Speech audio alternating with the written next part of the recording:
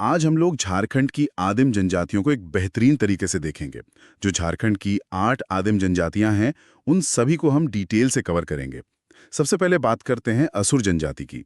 तो हमारे स्रोत बताते हैं कि असुर जनजाति या झारखंड की सबसे प्राचीन जनजातियों में से एक है। यहीं से शुरू करते हैं। ये लोग रहते कहाँ हैं और मतलब इनकी भाषा क्या है? बिल्कुल।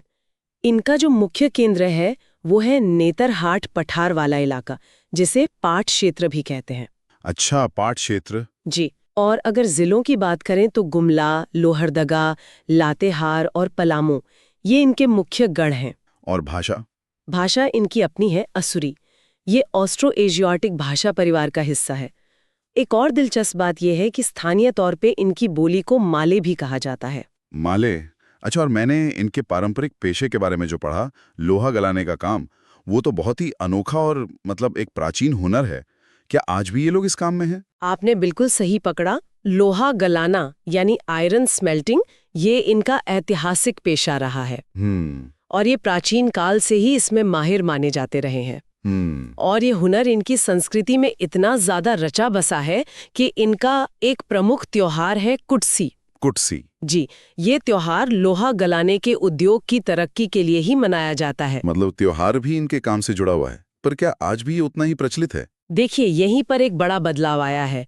समय के साथ और खासकर जंगलों की कटाई की वजह से ये अपनी इस कला से दूर हो रहे हैं। ओहो। अब ज्यादातर लोग जो है वो स्थायी खेती की तरफ बढ़ चुके हैं। हालांकि शिकार करना और वन उत्पाद इकट्ठा करना वो आज भी इनकी जिंदगी का हिस्सा है। तो एक तरह से एक इतना कुशल कारीगर समुदाय अपनी पहचान खोकर किसान बनने पर मजबूर हो रहा है। बिल्कुल। ये सिर्फ पेशे का बदलाव नहीं है, ये एक तरह से पहचान का भी संकट है। खैर, अगर हम इनकी सामाजिक बनावट की बात करें। हाँ, उस पे आते हैं। इनका समाज कैसे संगठित है? मतलब गोत्र वगैरह की व्यवस्था है इनमें? बहुत मजबूत है। असुर समाज कई गोत्रों में बटा हुआ है, जिन्हें ये लोग पारस कहते हैं। पारस। जी।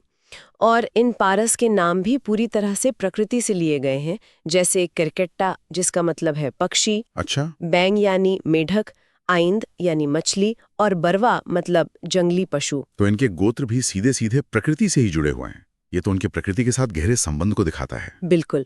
और यही सब मूल्य इनके युवा गृह गिती ओड़ा में सिखाए जाते हैं। अच्छा, युवा गृह भी है? जी, ये एक तरह का सामाजिक प्रशिक्षण केंद्र है।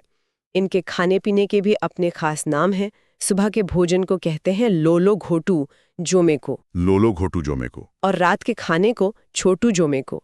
और हड़िया, जिसे ये बोथा या झरनोई भी कहते हैं, वो इनका पसंदीदा पेय है। और इनके धार्मिक विश्वास, ये किसे पूजते हैं? इनके सर्वोच्च देवता सिंह बोंगा है, जो सूर्य के प्रतीक हैं। इनके अलावा मरांग बोंगा की भी पूजा होती है। और जो पूजा पाठ करवाते हैं उन्हें क्या कहते हैं? धार्मिक प्रधान को बैगा कहा जाता है और उनके सहायक को सुबारी। एक और चीज, इनके समाज में जो व्यक्ति जादू टोना जानता है उसे माटी कहते हैं। माटी। तो ये थी असुर जनजाति। अब आगे बढ़ते हैं एक ऐसी जनजाति की तरफ जिनका नाम ही उनके परिवेश को बताता है, बिरहोर, मतलब जंगल का आदमी। आपने बिल्कुल सही कनेक्शन जोड़ा। बिर का मतलब जंगल और होर का मतलब आदमी। जंगल का आदमी। जी, प्रजाति के हिसाब से ये प्रोटो ऑस्ट्रोलॉइड समूह से हैं और इनकी जीवन शैली में एक बहुत दिलचस्प बंटवारा देखने को मिलता है। वो क्या है? इन्हें 2 हिस्सों में बांटा जा सकता है। एक है उथलू या भुलिया, ये घुमंतू होते हैं। अच्छा, मतलब एक जगह से दूसरी जगह घूमते रहते हैं। हाँ, भोजन की तलाश में। और दूसरे हैं जमुगी या थानिया, जो एक ही जगह पर बस कर रहते हैं। तो एक ही समुदाय में शिकारी भी हैं और किसान भी। ये तो काफी दिलचस्प है। इनकी बस्तियों और घरों के बारे में हमारे स्रोत क्या बताते हैं?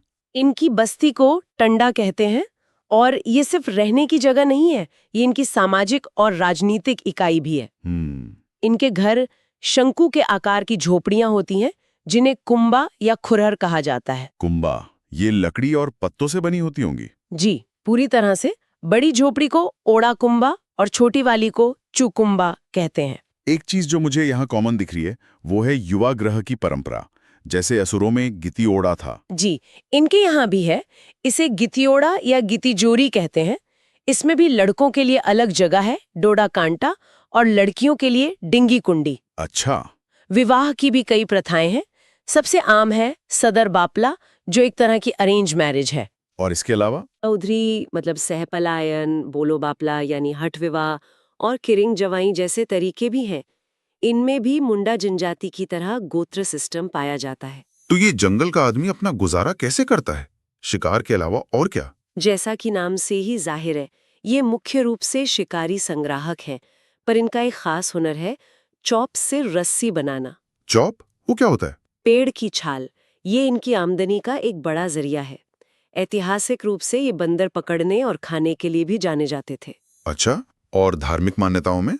इनके प्रमुख देवता भी सिंगबोंगा ही हैं। सिंगबोंगा, ये नाम हमने असुर जनजाति के संदर्भ में भी सुना था। जी हाँ, ये दिखाता है कि इन समुदायों के बीच सांस्कृतिक धागे कितने गहरे जुड़े हैं।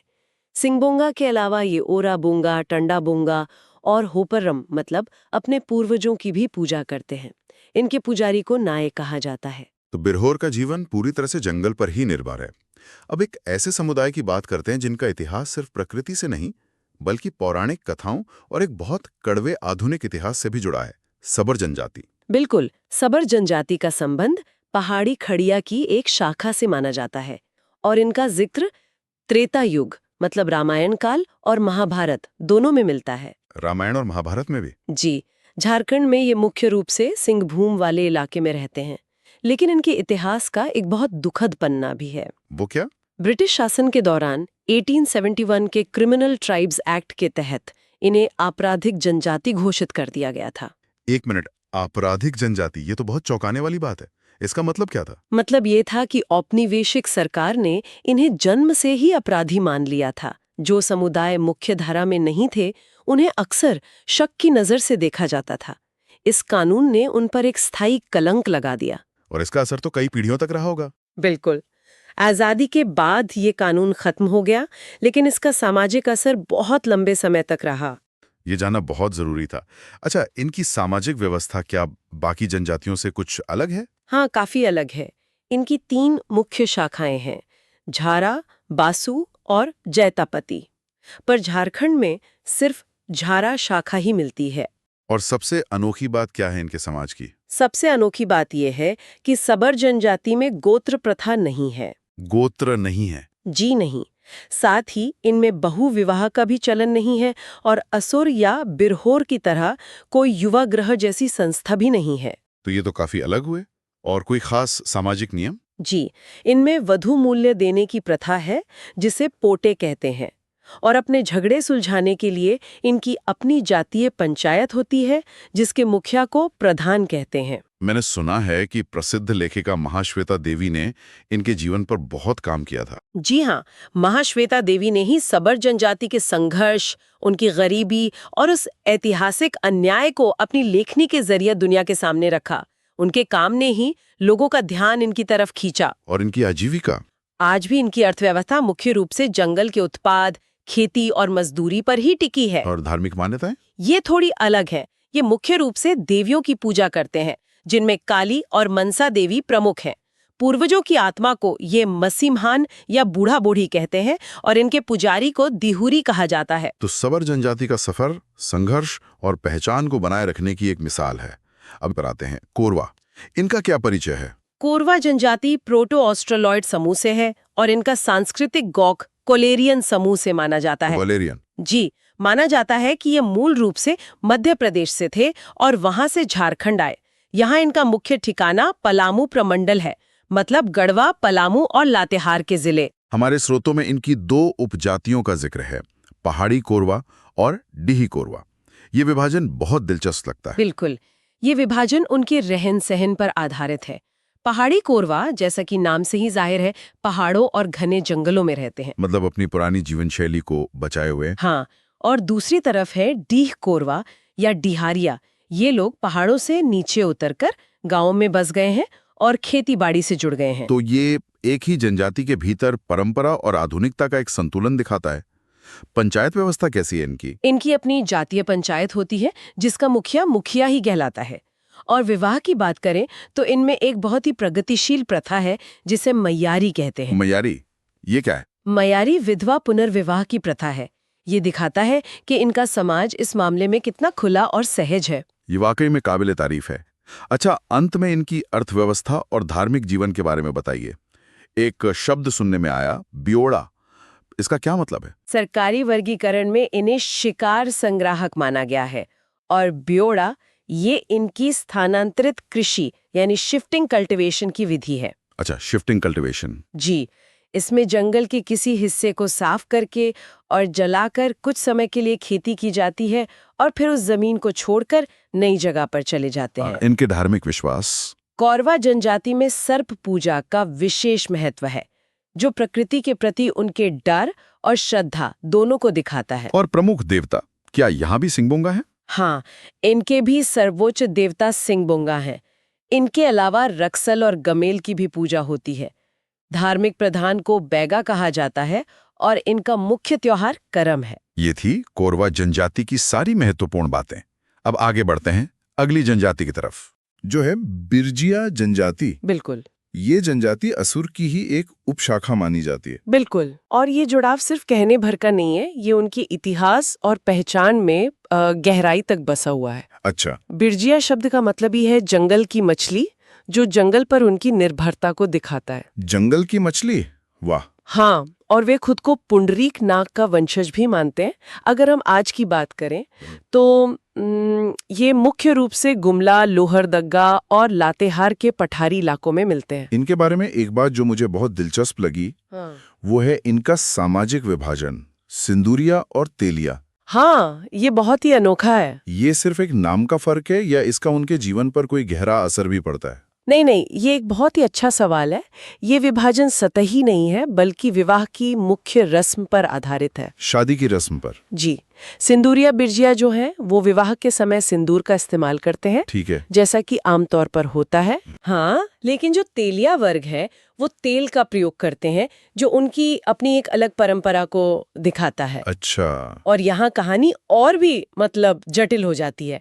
तेलिया के भी 2 उपवर्ग हैं। अरे वाह, वो कौन से हैं? एक है दूध बिरजिया। दूध बिरजिया। हाँ, जो गाय का मांस नहीं खाते और दूध को पवित्र मानते हैं। और दूसरे हैं रस बिरजिया, जो मांस का सेवन करते हैं। तो ये विभाजन खानपान की आदतों पर है? बिल्कुल, और ये दिखाता है कि कैसे एक ही समुदाय के भीतर भी अलग अलग मान्यताएं और नियम हो सकते हैं। यानी पहचान के अंदर भी कई परतें हैं। और अगर हम परिवार की बात करें तो इनका ढांचा कैसा होता है? इनके परिवार पितृसत्तात्मक होते हैं और ज्यादातर संयुक्त परिवार होते हैं। मतलब चाचा ताऊ सभी एक साथ? हाँ, पूरा कुनबा एक साथ। और समाज टोटम पर आधारित कई गोत्रों में बटा है। ये टोटम कोई पशु हो सकता है, पक्षी या कोई पेड़ पौधा। और जहां तक मुझे याद है, असुरों की तरह इनका भी पारंपरिक पेशा लोहा गलाना था। बिल्कुल था। वो उनकी ऐतिहासिक पहचान का एक बड़ा हिस्सा था। लेकिन समय के साथ बहुत कुछ बदला है। अब नहीं करते? आज की तारीख में लोहा गलाने का काम लगभग खत्म हो चुका है। अब ये अपनी आजीविका के लिए बांस की कला पर निर्भर है। जैसे टोकरियां और ये सब बनाना? हाँ, सुंदर टोकरियां, ढोल और चटाइयां बनाते हैं। और खेती के लिए ये आज भी बेओड़ा या झूम खेती का तरीका अपनाते हैं। अच्छा, स्थानांतरित कृषि। जी, और इनकी धार्मिक मान्यताएं भी प्रकृति से उतनी ही जुड़ी हुई हैं।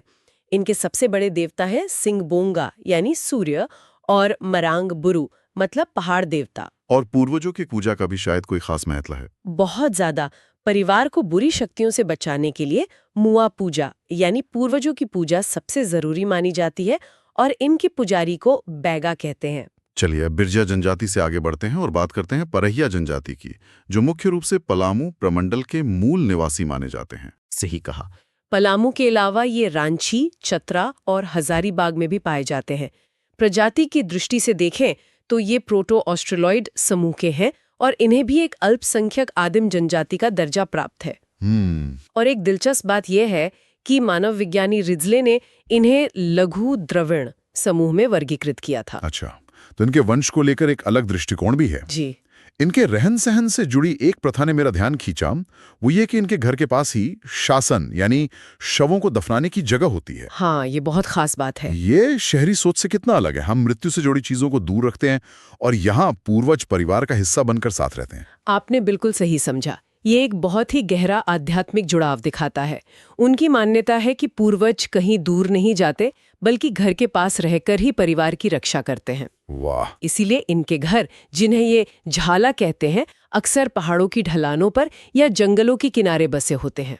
और इनकी अर्थव्यवस्था का मुख्य आधार तो बांस की कलाई है ना? हाँ, बांस इनकी जीवन रेखा है। ये बांस से टोकरी और ढोल बनाने में माहिर होते हैं।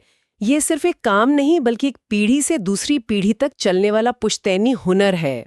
और इसे स्थानीय हाटों में बेचते हैं। जी बिल्कुल। अब यहाँ एक और हैरान करने वाली बात आती है, इनकी सामाजिक व्यवस्था में गोत्र नहीं पाया जाता। ये क्यों महत्वपूर्ण है? हाँ, और ये बहुत दिलचस्प है।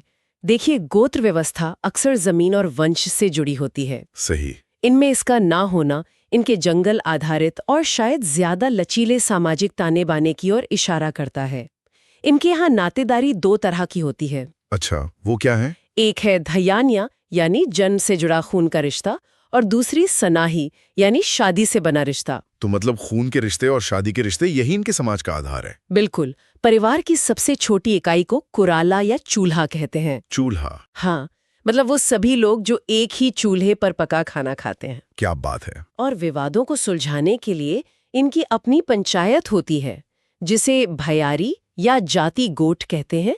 इसका मुखिया महत्व होता है। चलिए अब राजमहल की पहाड़ियों की ओर चलते हैं और बात करते हैं सौरिया पहाड़िया की। सौरिया पहाड़ियाँ ये झारखंड की सबसे अनूठी जनजातियों में से एक है। ये खुद को मलेर कहते हैं। मलेर? हाँ, जिसका मतलब है पहाड़ी आदमी। और वे सच में पहाड़ी लोग हैं। इनका मुख्य निवास संथाल परगना का दामिन एक कोह क्षेत्र है। और इनका इतिहास भी तो काफी मजबूत रहा है। बहुत। इतिहास गवाह है कि इन्होंने कभी किसी के सामने पूरी तरह से घुटने नहीं टेके। चाहे वो मुगल हों या अंग्रेज, अपनी आजादी को हमेशा सबसे ऊपर रखा। और इनकी भाषा, वो तो पूरी कहानी ही बदल देती है। यहीं पर यह मामला वाकई में रोमांचक हो जाता है। ये मालतो भाषा बोलते हैं, जो द्रविड़ भाषा परिवार का हिस्सा है। द्रविड़ भाषा झारखंड में? जी, इसलिए असाधारण है क्योंकि झारखंड की ज्यादातर जनजातियां ऑस्ट्रो एशियाटिक भाषाएं बोलती हैं। तो इसका मतलब ये हो सकता है कि ये दक्षिण भारत से आए हों। बिल्कुल। ये इसी सिद्धांत को मजबूत करता है। सोचिए, ये झारखंड के बीच में एक छोटा सा भाषाई द्वीप होने जैसा है। ये तो संस्कृति के संरक्षण का एक अद्भुत उदाहरण है। और इनकी खेती का तरीका, कुरवा, उसके बारे में कुछ बताइए। कुरवा इनकी जूम खेती का ही स्थानीय नाम है। इसमें ये पहाड़ी ढलानों पर जंगलों के एक हिस्से को साफ करते हैं और फिर कुदाल और खंती जैसे पारंपरिक औजारों से खेती करते हैं। हल का इस्तेमाल नहीं होता? पारंपरिक रूप से बहुत कम। ये तरीका पहाड़ी जीवन के लिए पूरी तरह से अनुकूलित है। अच्छा। वे भूमि की उर्वरता को भी बखूबी समझते हैं और उसे 3 हिस्सों में बांटते हैं: टिकुर, डेम और सेम। इनके यहाँ एक युवा गृह की परंपरा भी है, कोड़वा। ये क्या है? आप इसे एक पारंपरिक सामाजिक प्रशिक्षण केंद्र कह सकते हैं। एक तरह का स्कूल? हाँ, एक तरह से। ये एक ऐसी जगह है जहाँ किशोरों को अपने समाज के रीति रिवाज, परंपराएं और जीवन कौशल सिखाए जाते हैं। और जैसा हमने पहले जिक्र किया, इनमें भी गोत्र नहीं होता। जी नहीं। विवाह को बेदी कहा जाता है और वधु मूल्य को पोन कहते हैं। और इनके देवता? इनके सबसे प्रमुख देवता हैं लिहू गोसाई। साथ ही ये बिल्प गोसाई यानी चांद देवता और बेरू गोसाई यानी सूर्य देवता की भी पूजा करते हैं। और इनके धार्मिक प्रधान कांदो मांझी कहलाते हैं। सूर्या पहाड़ियाँ ऊंचे पहाड़ों पर रहते हैं, लेकिन अगर हम इन्हीं पहाड़ियों से थोड़ा नीचे उतरें तो हमें एक और जनजाति मिलती है, माल पहाड़ियाँ। ये दोनों अक्सर एक साथ लिए जाते हैं, पर क्या ये वाकई अलग हैं? बिल्कुल अलग है, और ये अंतर ही इन्हें दिलचस्प बनाता है। माल पहाड़ियाँ ऐतिहासिक रूप से 17 जाति के वंशज माने जाते हैं और वे राजमहल की तराई और निचले ढलानों पर रहते हैं। तो ये भौगोलिक अंतर ही उनके जीवन में सबसे बड़ा बदलाव लाता है।